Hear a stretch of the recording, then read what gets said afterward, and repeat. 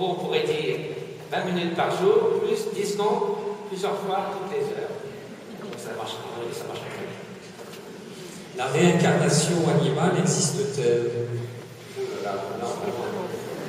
Alors en gros, c'est un phénomène culturel qui en Orient, c'est quelque chose qui est tout à fait dans la culture. Ici, ça paraît complètement aberrant. Je crois que la vraie question que nous débattons beaucoup avec des philosophes, avec des neuroscientifiques, Michel Picol, qui fait partie de cette unité ici à Strasbourg, c'est quelle est vraiment la nature de la conscience? Est-ce que c'est un phénomène premier? Est-ce que c'est 100% cerveau? Est-ce qu'on peut le montrer? Est-ce que la science vraiment peut nous le dire?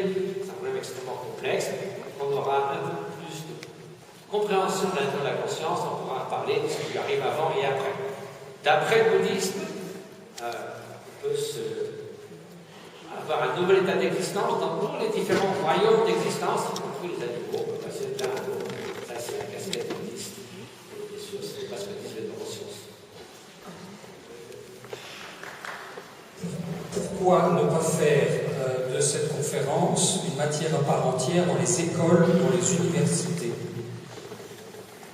Bonne idée. Excusez-moi, je ne suis pas sûr que je pourrais aller dans toutes les écoles et universités, mais je pense que c'est évident qu'il faut, je disais, oser l'altruisme. Il faut oser l'introduire comme le programme de Richard Davidson à Madison. Le Dalai Lama a visité Madison et on lui a expliqué ce qui s'était passé dans ses écoles maternelles. Il a dit, mais c'est formidable. Vous faites, maintenant, vous avez 10 écoles, vous en faites 100, 1000, vous avez le Nations Unies, le monde entier. Donc effectivement, ça c'est une bonne chose. Voilà, alors il va être l'heure de terminer la conférence, puisqu'il y a encore une séance de dédicace. On va terminer peut-être une question sur vous-même. Dans toute votre expérience de méditation,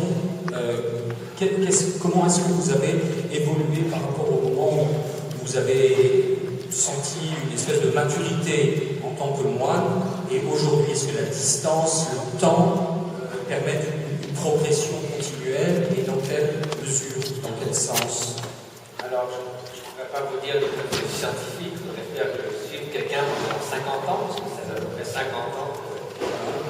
Donc, personnellement, j'ai le sentiment profond que infime progrès que j'ai pu faire dans le domaine de l'amour d'autrui. Je n'ai pas un adolescent particulièrement ouvert, j'étais un peu gronchon, on m'a dit. Je pense que je le dois, et j'ai une présence infinie à l'égard d'abord des maîtres spirituels qui m'ont inspiré ce changement, qui l'ont guidé au fur et à mesure. Vous savez, quand on voit le messager et le message que vous voyez dans une personne comme le Dalai Lama ou les images des maîtres que j'ai montrées, ce qui est au bout du chemin, ça vous inspire beaucoup, parce que c'est pas seulement faites ce que je dis, mais faites pas ce que je fais, c'est vraiment de l'exemple vivant. Ça encourage beaucoup. Ça qui a nourri ma pratique au fil des années. J'ai encore beaucoup à faire. J'espère que j'aurai un petit peu de temps de continuer à progresser. Mais je suis convaincu au fond de moi-même que le peu de qualité que j'ai pu développer, c'est bien grâce à cela, à cette inspiration et à cet enthousiasme pour la pratique de l'entraînement de l'esprit. Est-ce que ça veut dire que c'est à la portée de presque tout le monde? Je pense que nous avons tous un esprit à l'évidence. Cet esprit peut être notre meilleur ami comme notre pire ennemi, et qu'on est prêt à passer 15 ans pour une éducation, une formation professionnelle.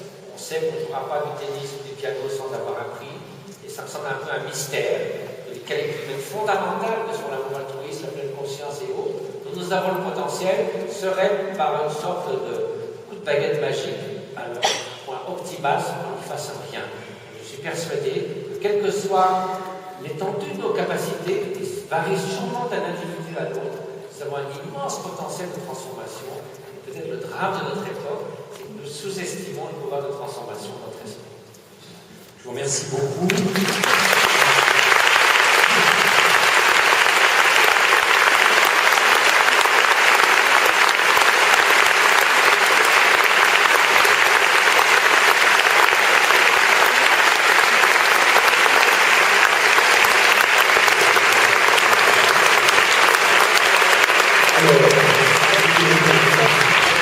Je vais annoncer la prochaine conférence du Tempère, la 200e, et vous allez voir que nous sommes finalement dans une transition assez proche, puisque ce sera le professeur Jean-François Mattei, qui était à la tête de la Croix-Rouge, et le sujet sera « L'humanitaire a-t-il besoin d'éthique ?» Ce sera le 17 novembre, le lundi 17 novembre, à l'Hôtel Hilton de Strasbourg. Alors maintenant, Mathieu Ricard dispose d'encore un petit peu de temps avant de repartir de Strasbourg. Il peut le consacrer à la dédicace de son dernier livre.